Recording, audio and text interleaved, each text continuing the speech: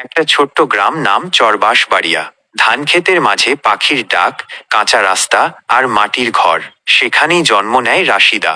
বাবা ইদ্রিস মিয়া একজন দিনমজুর, মা রহিমা বেগম গৃহিণী, স্বামী সন্তানের জন্য সারাদিন খেটে মরে। ঘরে একটি মাত্র তেলচিটচিটে বই, পুরনো প্রাথমিক গণিত বই। মা সেটা যত্ন করে আগলে রেখেছেন, কারণ এটা ছিল ইদ্রিস মিয়ার একমাত্র শিক্ষার চিহ্ন।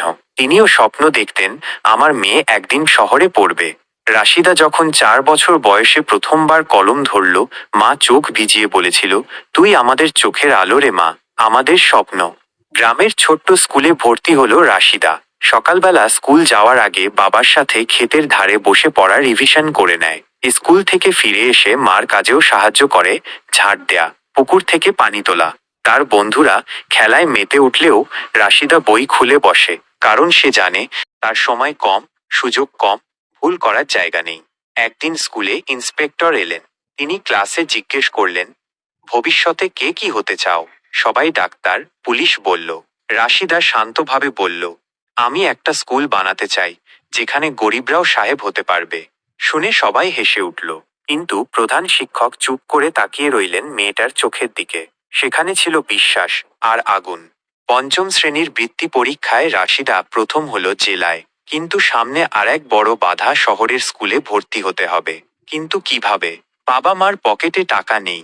রাশিদার মা নিজের শেষ সঞ্চয়ের হাঁস দুটো বিক্রি করলেন। বাবা বাঁশ কেটে রাত জেগে ঝুড়ি বানালেন বিক্রির জন্য।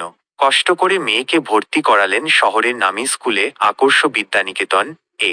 শহরে এসে রাশিদা যেন ভিন্ন দুনিয়ায় পড়ে। এখানে সবাই ইংরেজি বলে, মোবাইল ফোন ব্যবহার করে, বড় বড় ফাইল নিয়ে ঘোরে। প্রথম দিন ক্লাসে সে দাঁড়িয়ে বলে, স্যার, আমি ইংরেজি জানি না, কিন্তু আমি শিখতে চাই। আপনি কি আমাকে সময় দেবেন? শ্রেণীকক্ষ নীরব। শিক্ষক মাথা নাড়লেন। শুরু হলো নতুন লড়াই। রাশিদা সারা রাত জেগে পড়ে। ইংরেজির প্রতিটি শব্দ মুখস্থ করে। পুরনো পত্রিকা কুড়িয়ে কুড়িয়ে পড়ে। ক্লাসে কেউ তুচ্ছ করলে সে মুখে হাসি রেখে নিজের কাজ করে যায়।